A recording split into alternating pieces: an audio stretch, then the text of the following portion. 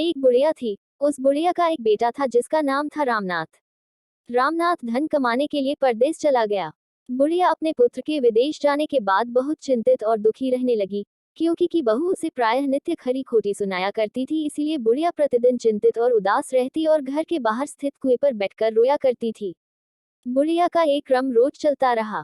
एक दिन कुएं में से दिए की माँ नामक एक स्त्री निकली और उसने बुढ़िया से पूछा, बूढ़ी माँ, तुम इस तरह बैठकर क्यों रोती हो? तुम्हें किस बात का कष्ट है? तुम मुझे अपना दुख बताओ, मैं तुम्हारे दुख दूर करने का प्रयत्न करूंगी। बुढ़िया ने उस स्त्री का प्रश्न सुनकर कोई भी जवाब नहीं दिया और रोती ही रही। दिए की माँ बार बार एक प्रश्न दोहराई जा रही थी। वह बुढ़िया इस बात से झुंझला उठी। उस बुढ़िया ने दिए की माँ से कहा, तुम मुझे बार बार ऐसा क्यों पूछ रही हो? क्या सचमुच ही तुम मेरा दुख जानकर उसे दूर कर दोगी?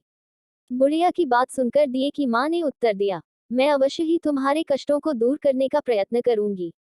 बुढ़िया ने दिए की माँ का ऐसा आश्वासन पाकर कहा, मेरा बेटा कमाने के लिए परदेश चला गया है। उसके पीछे मेरी बहू मुझे बहुत बुरा भला कहती रहती है। यही मेरे दुखों का कारण है। बुढ़िया की बात सुनकर दिए की माँ ने कहा, यहाँ के वन में संकटा माता रहती है। तुम अपना दुख उनसे सुनाकर कष्ट से छुटकारा पाने के लिए प्रार्थना करो। माँ बहुत दयालु हैं, दुखियों के प्रति बहुत सहानुभूति रखती हैं। निसंतानों को संतान, निर्धनों को धनवान, निर्बल को बलवान और अभागों को भाग्यवान बनाती हैं। उनकी कृपा से सौभाग्यवती स्त्रियों का सौभाग्य अचल हो जाता है। कुंवारी कन्याओं को अपने इच्छित वर की प्राप्ति होती है।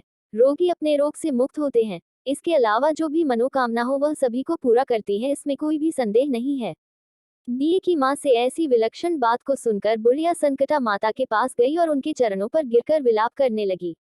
संकटा माता ने बड़े ही दयालु होकर बुढ़िया से पूछा, बुढ़िया, तुम किस कारण इतने दुख से बार बार रोती रहती हो?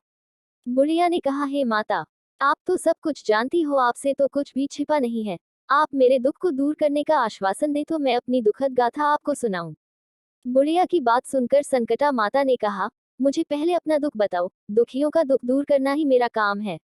संकटा माता के ऐसा कहने पर बुढ़िया ने कहा, हे माता, मेरा लड़का परदेश चला गया है। उसके घर में ना रहने से मेरी बहू मुझे बहुत तरह तरह की बातें सुनाया करती है। उसकी बातें मुझसे सहन नहीं होती। इसी कारण परेशान होकर मैं बार बार रोया करती हूँ।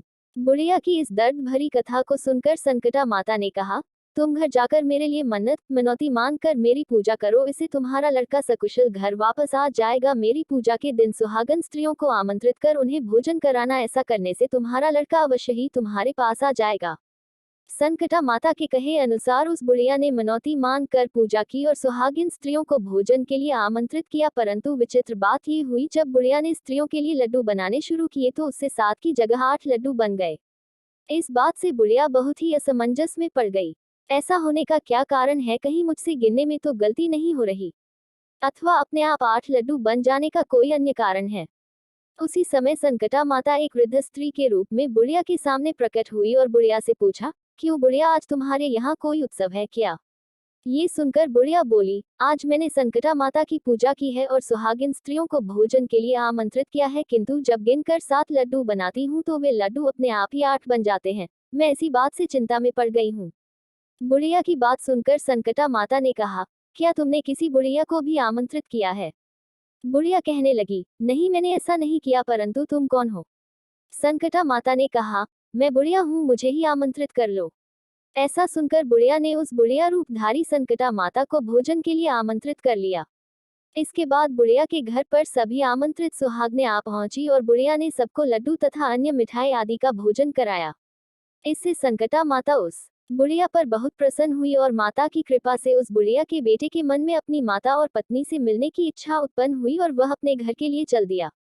कुछ दिन बीतने के बाद वह बुढ़िया संकटा माता की पूजा कर सुहागिनों को भोजन करा रही थी कि किसी ने उसके लड़के के आने की सूचना दी, लेकिन बुढ़िया अपने काम में लगी रही। उसने कहा, लड़के को बैठने दो, मैं सुहागिनों को जिमा कर अभी आती हूँ।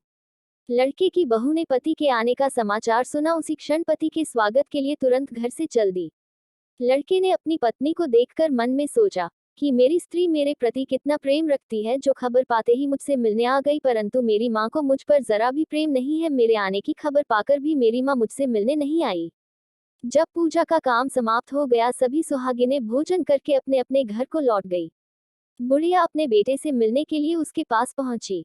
माँ के आने पर लड़के ने पूछा, माँ अब तक कहाँ थी?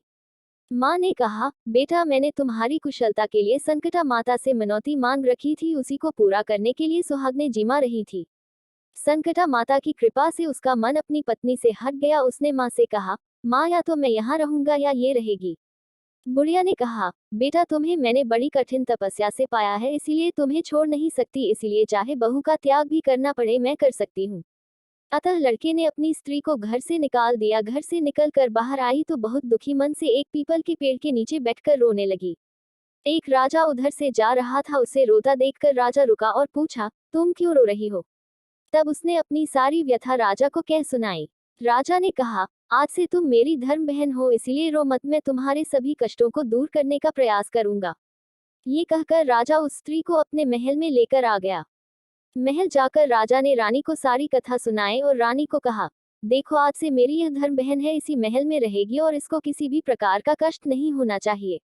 राजा के यहाँ पहुंचकर कुछ दिन बाद धर्म से प्रेरित होकर रामनाथ की स्त्री ने भी संकटा माता का व्रत आरंभ कर दिया और संकटा माता के निमित्त सुहागिनों को भोजन कराने के लिए आमंत्रित किया। उसने रानी को भी आमंत्रित किया। जब सभी सुहागिनें लड्डू खाने लगी तो रानी ने कहा, मुझे तो रबड़ी, मलाई और स्वादिष्ट मिष्ठान ही हजम होते हैं, ये पत्थर समान लड्डू कैसे हजम होंगे?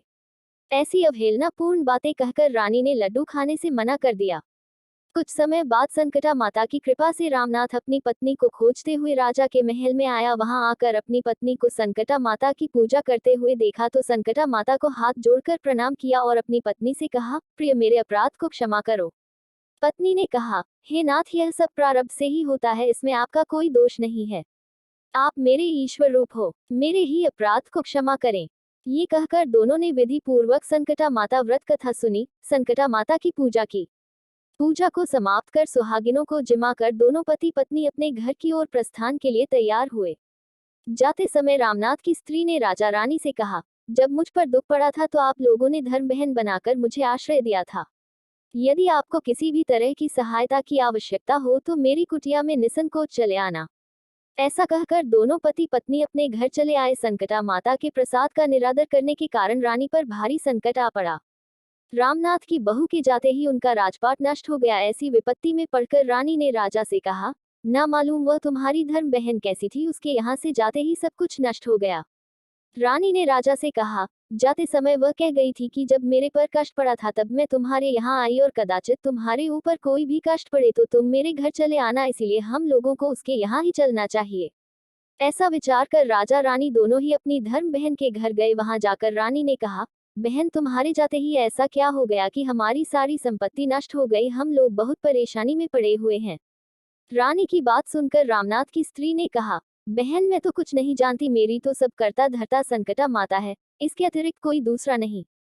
इसीलिए मेरी राय में तुम संकटा माता से अपनी भूलों के लिए क्षमा याचना करो, उन्हीं की मान मनौती से तुम्हारा काम बन जाएगा।